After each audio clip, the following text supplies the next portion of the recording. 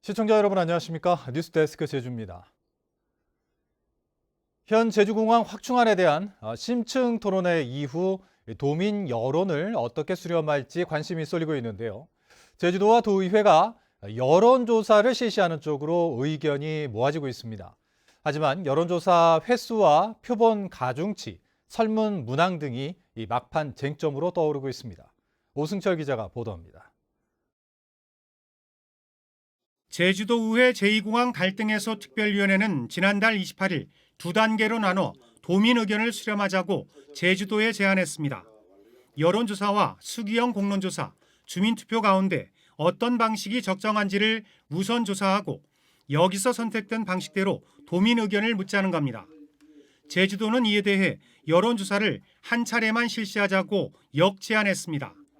주민투표는 국토부가 반대하고 있고 수기형 공론조사는 코로나19 상황에서 현실적으로 어렵다는 판단 때문입니다. 여론조사 대상이나 내용에 대한 사항을 도의회에 건의했고요.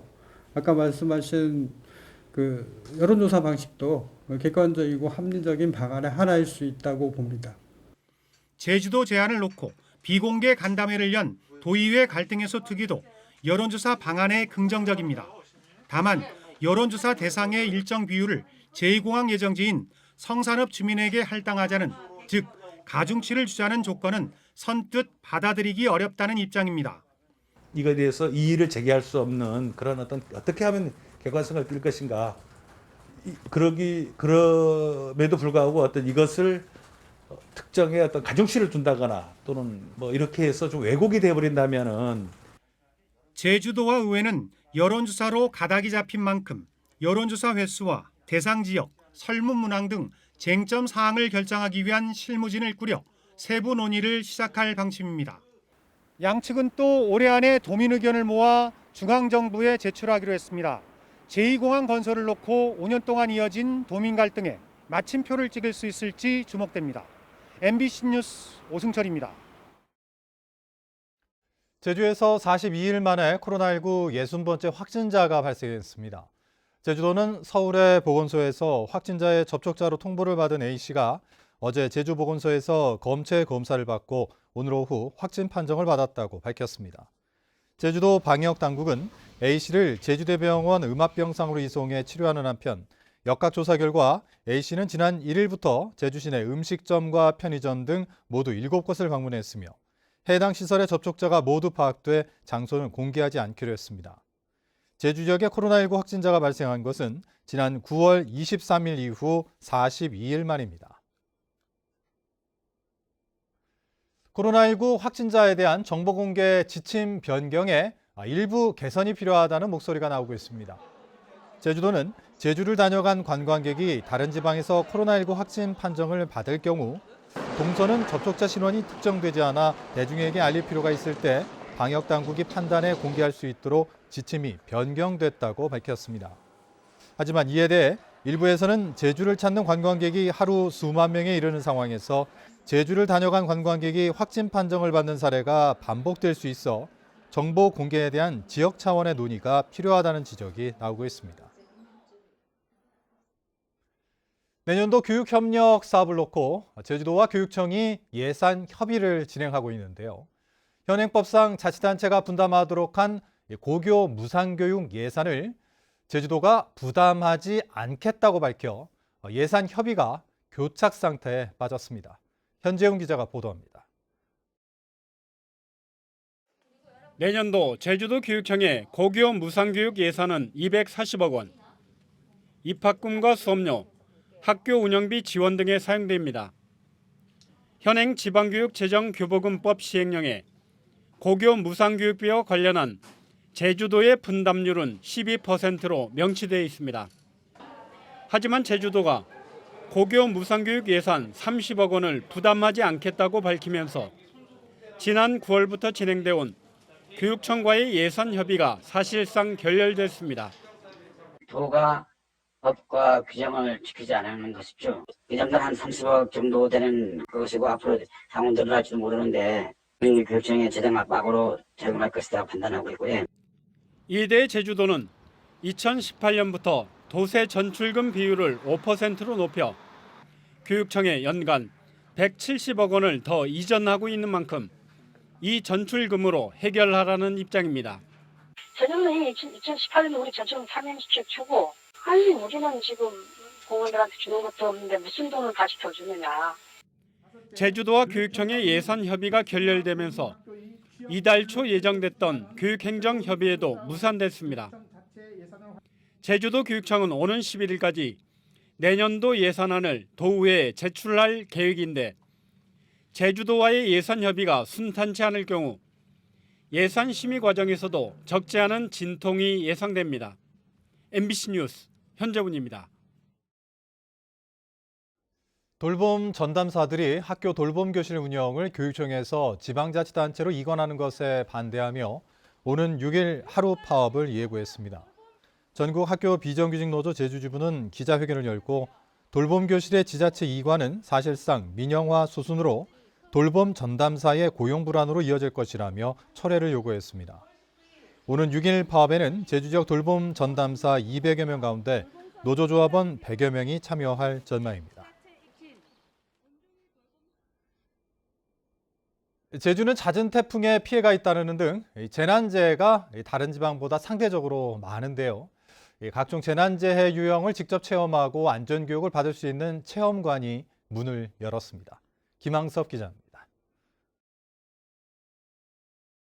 항공기 안이 갑자기 어두워지더니 의자가 심하게 흔들립니다. 승객들은 천장에서 떨어진 비상용 산소 마스크를 서둘러 착용합니다. 비행기가 바다에 내리자 승객들은 구명동해를 착용하고 탈출을 준비합니다. 항공기 사고 대처 요령을 배우는 가상의 체험실입니다. 딱 당기니까 한 번에 탁 부풀려가지고 그건 몰랐었거든요. 아 이게 진짜 현장 경험 이런 거구나 하는 걸 느꼈습니다. 시속 100km가 넘는 강풍. 슈퍼 태풍급 강한 바람에 제대로 서 있기조차 힘듭니다. 온 집안이 심하게 흔들리는 규모 7의 강진은 실제가 아닌 실험이지만 두려움이 느껴질 정도입니다. 이곳은 실제 지진이 발생했을 때의 상황을 똑같이 재현해 대처 요령부터 대피 과정까지 모든 상황을 체험할 수 있습니다. 소방안전교부세 60억 원을 합쳐 예산 256억 원을 들여 완공된 제주안전체험관.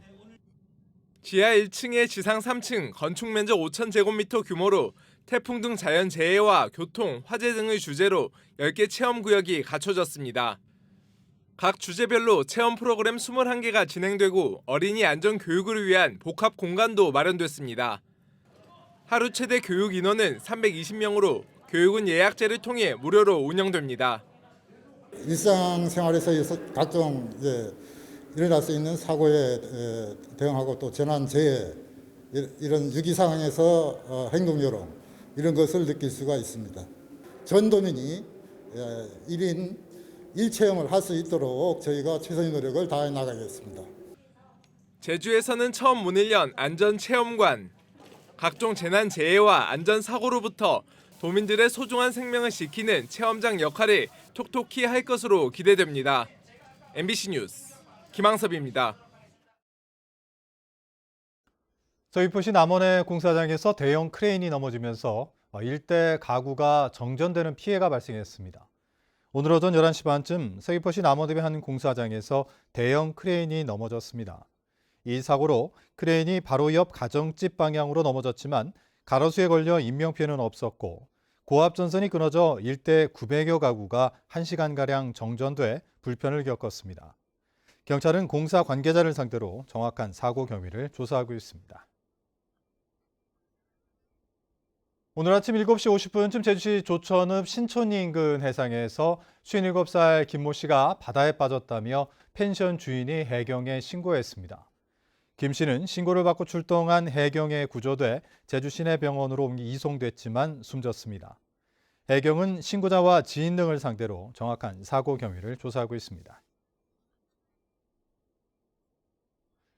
송악산 개발 사업자가 환경단체의 반대 활동을 무마하기 위한 로비를 시도했다는 폭로가 나왔습니다. 제주환경운동연합은 오늘 기자회견을 열고 송악산 개발 사업자가 환경단체 활동가에게 송악산 개발 반대 활동을 줄여주면 일대를 문화재로 지정하겠다는 제주도의 입장은 자신들이 대응하겠다며 대가를 묻는 내용의 녹취록을 공개했습니다.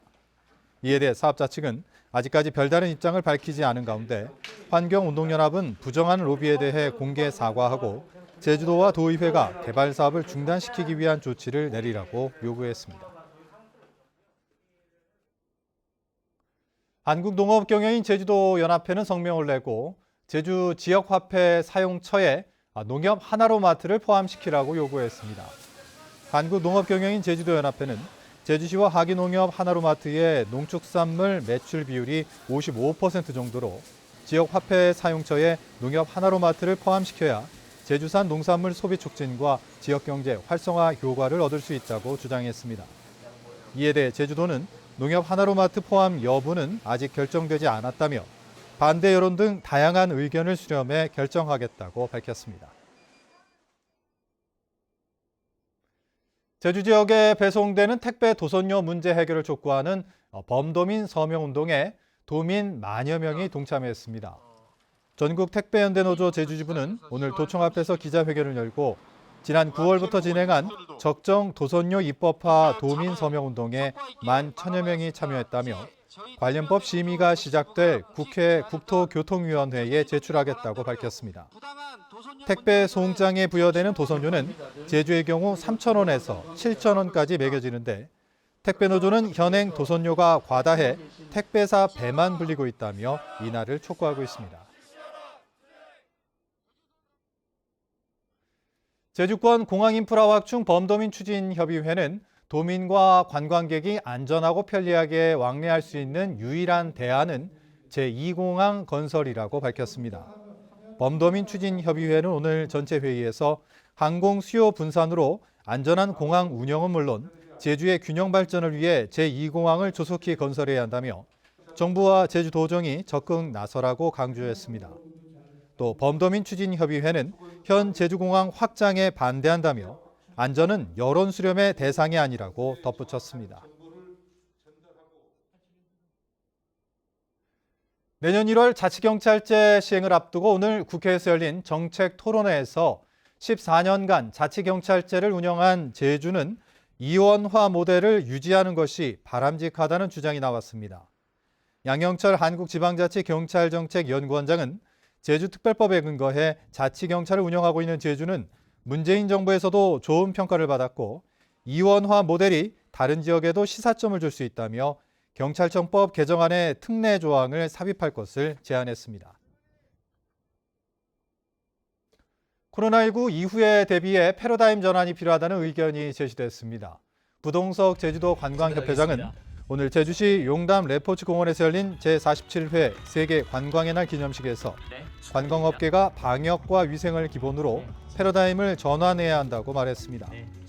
이어 관광협회 관계자들은 공항과 여객선 터미널에서 마스크 착용 홍보와 환경 정화 봉사 활동을 벌였습니다.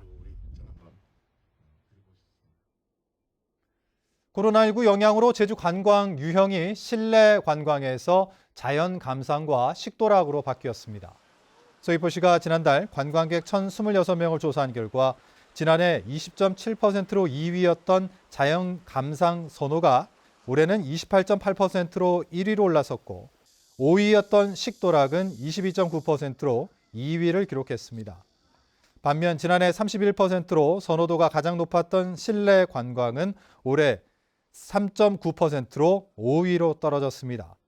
여행 만족도 개선을 위한 사항으로는 25.7%가 야간 관광 인프라를 꼽았고 15.2%는 축제 활성화라고 답했습니다. 이상으로 뉴스데스크 제주를 마칩니다. 시청해주신 여러분 고맙습니다.